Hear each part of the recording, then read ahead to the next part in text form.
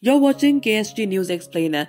In this video, we are going to talk about a NITI Aayog report on fuel sanitation power in 2019 to 2020. This is related to GS Paper 2 Poverty. Before we get started, I request you to please turn on the subtitles.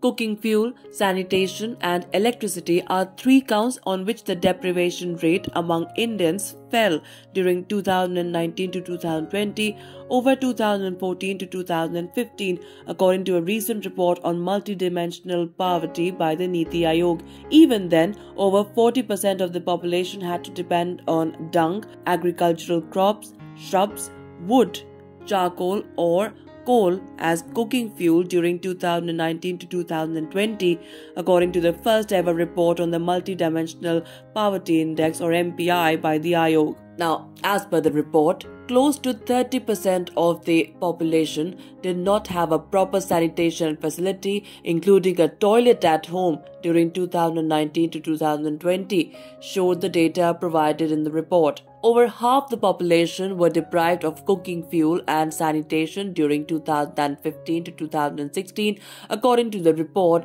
based on the National Family Health Survey. Those deprived in terms of cooking fuel constituted 58.5% of the population and 52% lacked sanitation facilities that year. The NFHS recently came up with a fact sheet for 2019 to 2020.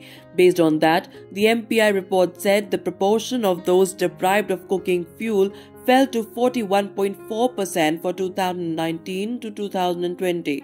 Those deprived of sanitation constituted 29.8% of the population in 2019 to 2020.